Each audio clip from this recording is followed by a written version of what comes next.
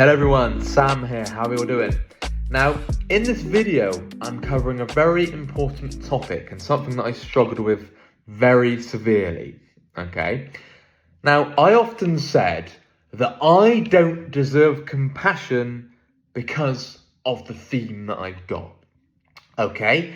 Now, whether that's real event, whether that's false memory, whether that's POCD, whether that's harm OCD, whether that's cheating OCD, any taboo related theme, anything where you can write yourself off with guilt and chronic guilt for the rest of your life and shame, okay?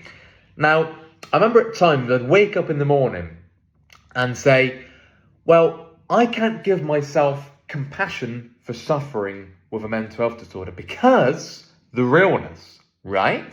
Let me explain. Now, because OCD convinces you that it's real and you can't see the difference between whether it's not, okay? You are convinced and utterly convinced that it's real and you can't see the difference. I'm the exception, this one's real, this one's different and so on. So, because of that way of thinking and because how it latches like that and the realness factor and the intensity is through the roof, you try and apply compassion, but you're in that self-punishing cycle. You're in that self-defeating cycle, okay? Because we often say compassion and tough love is very important, which it is, okay? But the trouble with these kind of themes, you're constantly beating yourself up from minute one, right? You're constantly self-defeating yourself, self-sabotaging, right? You're constantly in that self-punishing cycle all the time. You don't deserve this. You're undeserving of this. You've done this. You've done X, so you can't enjoy Y, right? And that's what it's going to do. You've done this. You thought this. You liked this. You wanted this. This thing happened in the past. Therefore, you cannot have compassion for yourself.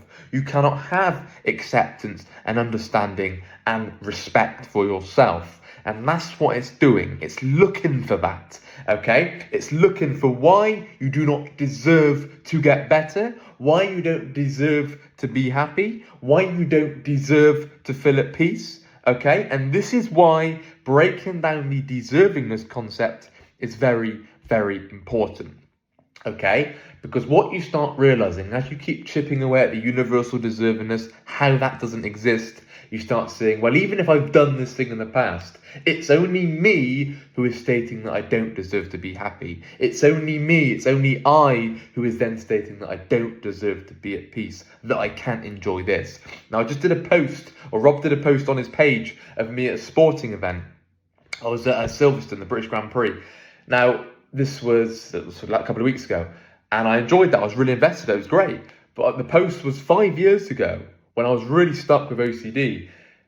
It was because I was in that self-punishing cycle. I was saying, now because of this thing, because of these thoughts, because of this thing in the past, I can't enjoy this sporting event, right? So whether I was at a football match, a cricket match, a horse racing fixture, Formula One, whatever, I can't enjoy this because of that. Right? And that's not just sport, that was with anything, right? Even just waking up in the morning, as soon as I sit up out of bed, right? You've done this, your whole life is ruined. Your whole life is meaningless. What's the point? Okay? And that's what it does, because that self-compassion is very difficult when you've got guilt-related themes, because you're so used to beating yourself up over the head all the time. Okay, and that's why it's difficult to break free from that cycle. It is because I knew no other way other than just writing myself off, right? Hence why I felt so inferior. Hence why my confidence was on the floor. It was at rock bottom, because what I was doing, I was labeling myself as a bad, evil, rotten person. So anything I tried to do, if I got a compliment, for example, if I got given some great feedback, let's say at work, and oh, well done, you've done a great job. Because I had that undeservingness concept for me. I was undeserving of anything. That's what I invented. That's what I was clinging on to. It felt, well, no, that's irrelevant, right? Because I've done this thing. I've done this thing in the past. I had this thought. It's irrelevant, right? And that's what chronic guilt does. Because no matter what you do, no matter how you distract yourself, no matter what goals you set in life and achieve them or whatever, no matter how you're trying to function, everything then feels totally meaningless. Nothing matters. What's the point? Because of this thing in the past, because of this thought, because of this fear that you're stuck with. Okay? So be wary of that. Deservingness is a concept that we have to rip apart. Okay? Because deservingness doesn't exist.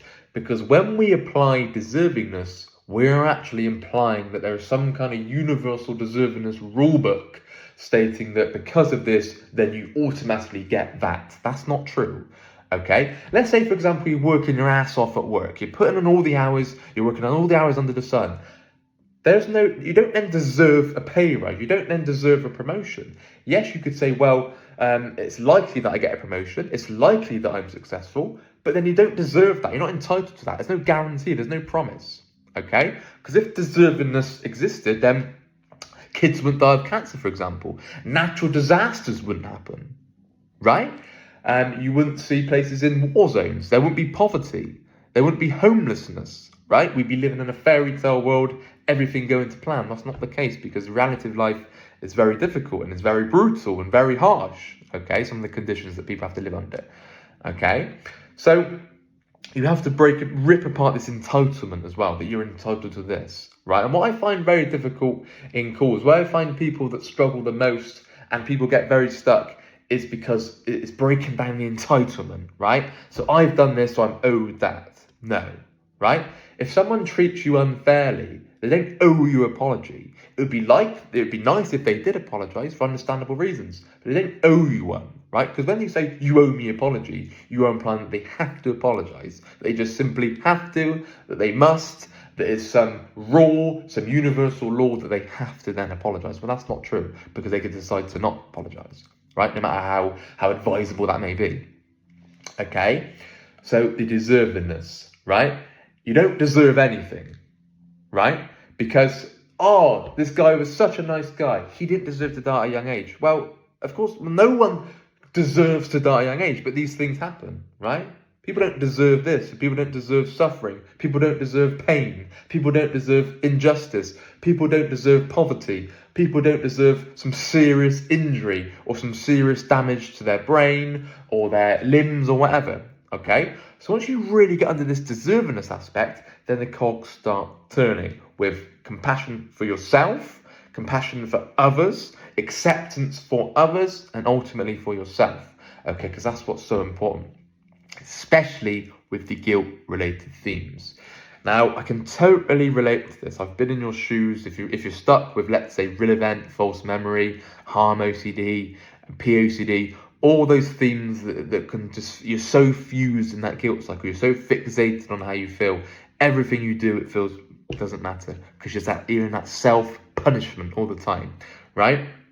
I remember waking up going, I know I had plans the next day. And obviously, when you first wake up, you're a bit all over the place, aren't you? So I woke up going, I've got plans. And then boom, OCD will then go, right, no, remember this thing 10 years ago, you can't be happy. Right? And that's within seconds, within milliseconds in the morning, every day, 24/7. I had that non-stop for years, right? And the problem with that, and this is a very important point I'm going to make now.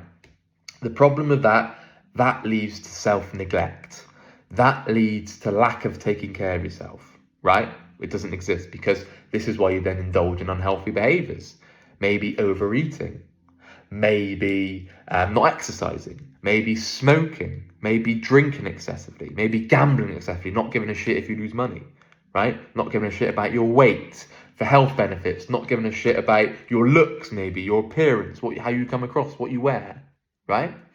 Because although, look, I'm not holding that rigidly in what you look like and so on, but what I'm saying is that at my worst, when I was in a self-neglecting mindset, I couldn't give a shit if I put on a load of weight. It wouldn't even bother me, because this then floods in the feeling of depression and anxiety and just that completely deflated feeling where when you're so convinced what's the point and you're constantly defeating yourself all the time, you don't feel like, well, why go through short-term pain? Why go through exercise? Why face discomfort when nothing matters anyway, right? So you're sort of putting yourself as it doesn't matter, don't really care. That lack of self-care, that lack of self-interest, okay? And that's a very dangerous slippery slope, because then we sort of disown ourselves.